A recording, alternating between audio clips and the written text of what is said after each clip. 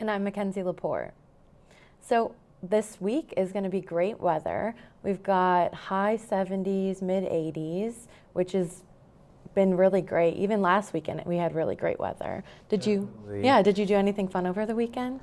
Actually, I did. I helped my parents move out of their new house, which was honestly pretty tiring on top of all the other homework, but I think it was pretty good. What about you? Yeah, me and my roommates, we actually got a dog. We were going to wait till senior year to get it, but we decided to get it early. Oh, that's It's awesome. a little golden retriever named Oakley, and he's so cute. Oh, I bet. I love golden retrievers. Yeah, we also got to sign our lease for our senior year house, so that was like a big step. I was like, Definitely. I can't believe we're already like thinking about where we're gonna have to live next year. I know, and it's like your senior year, your last year at KU, so you have to make it the best. I'm glad with all the roommates I have, which is awesome. Do That's you have big great. plans for this weekend?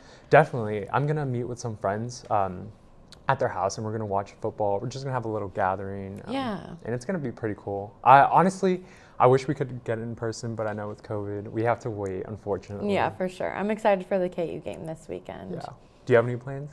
Yeah, we'll probably just bring up the game on Saturday and have some friends over and watch it. That's good.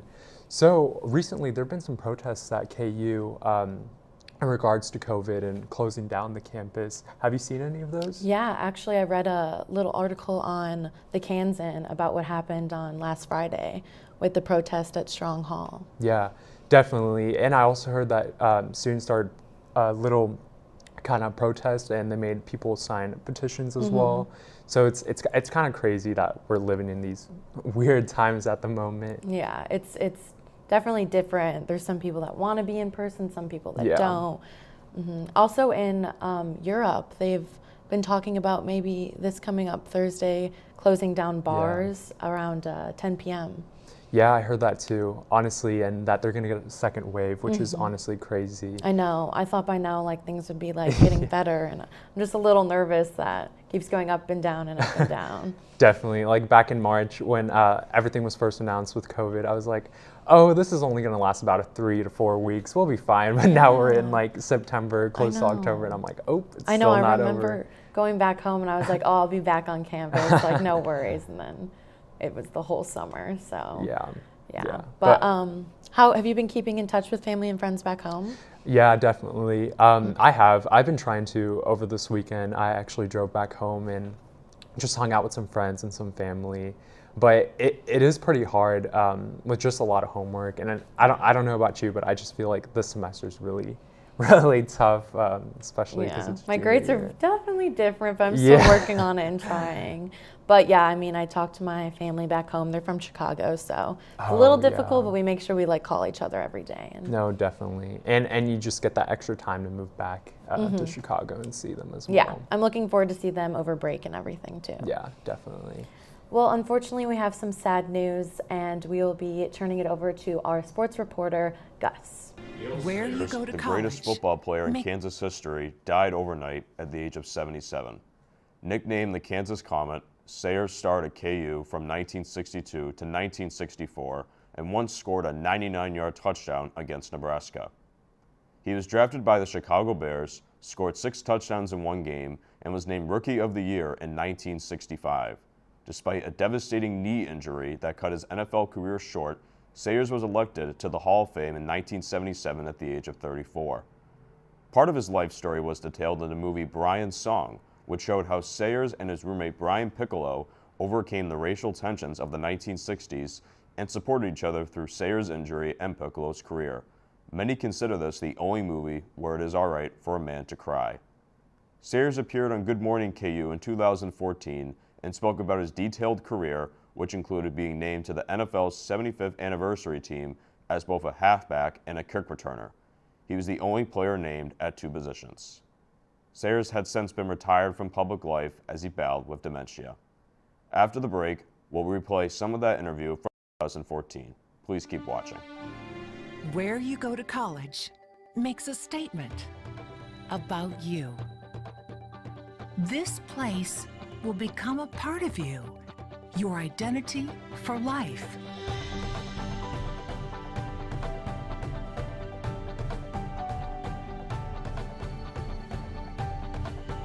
The University of Kansas, A great place to be you.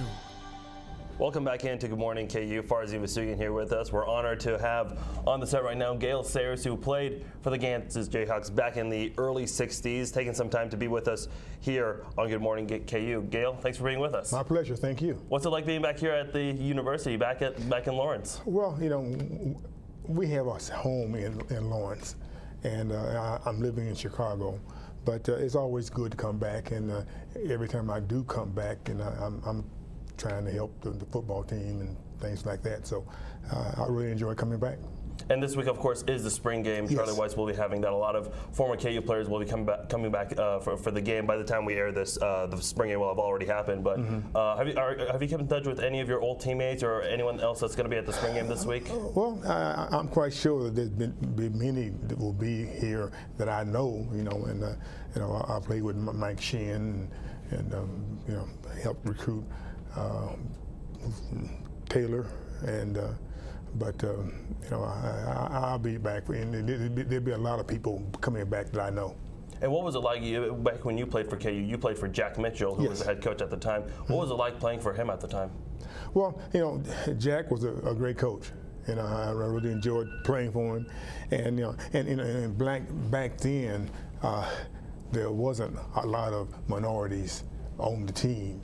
But you know, when he saw me, you know, on the playing field, he knew that you know, I would be playing because you know, I was faster than most of the running backs, and I caught the ball better and saw a hole better. Yeah. And so he said, well, you know, Gale, you're gonna play. So just stay in shape, and we'll get you in there.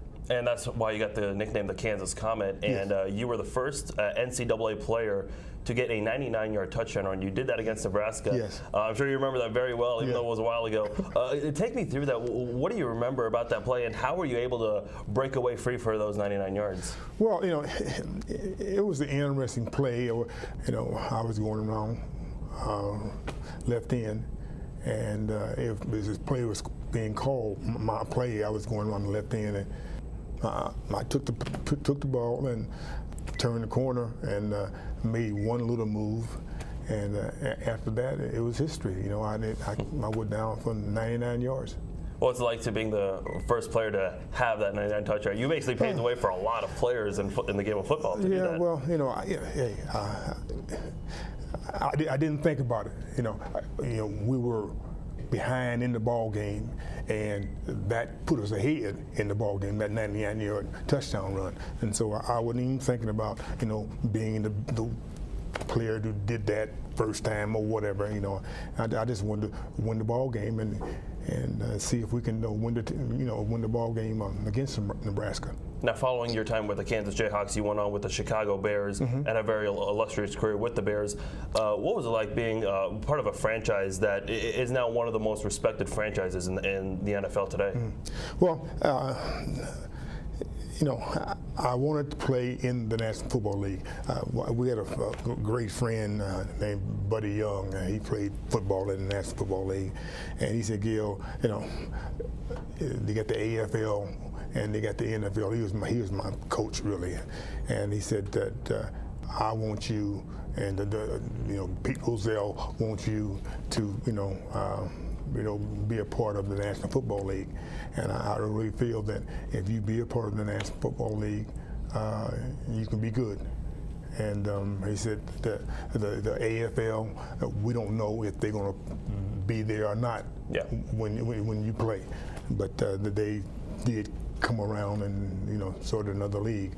But I, you know, and I enjoyed, you know, being a part of the National Football League, and I felt the best football is being played in the National Football League, and I felt that, you know, hey, if I stay healthy, then you know, I can get to play. And when I went to the National Football League, George Howard was the coach of the Chicago Bears, and you know, he was a great man, a great football coach, and a great you know, person, and he and I got along very well.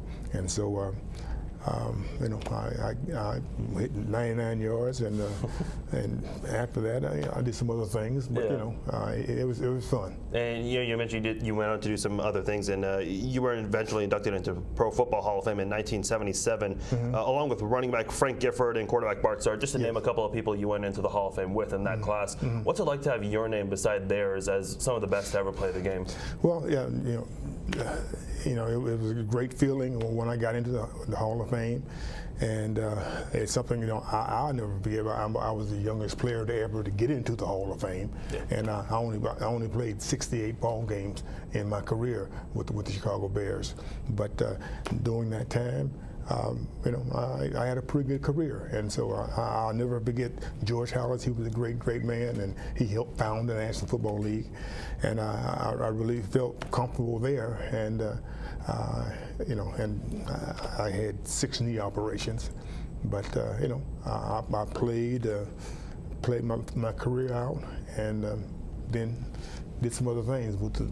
Came back to Kansas and with the Southern Illinois and athletic director and different things, and so I felt good that I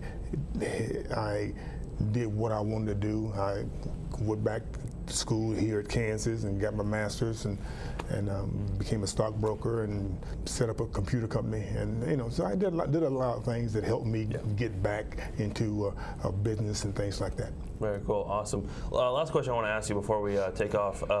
Kansas Jayhawks with Charlie Weiss entering their 3rd year.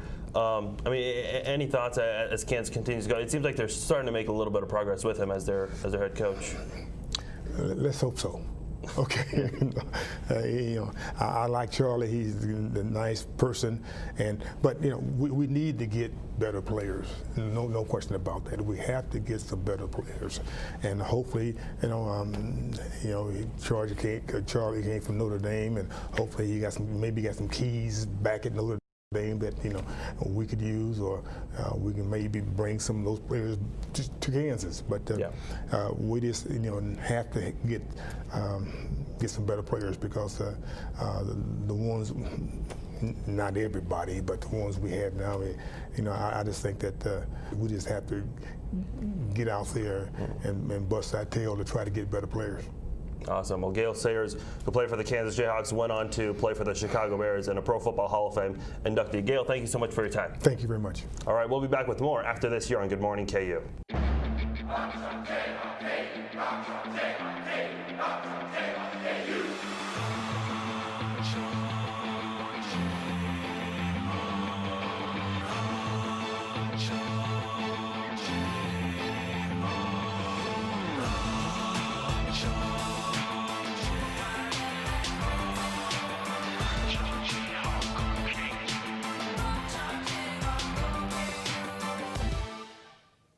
Welcome back. I'm Johnny, and this is your Wednesday Good Morning KU News Update.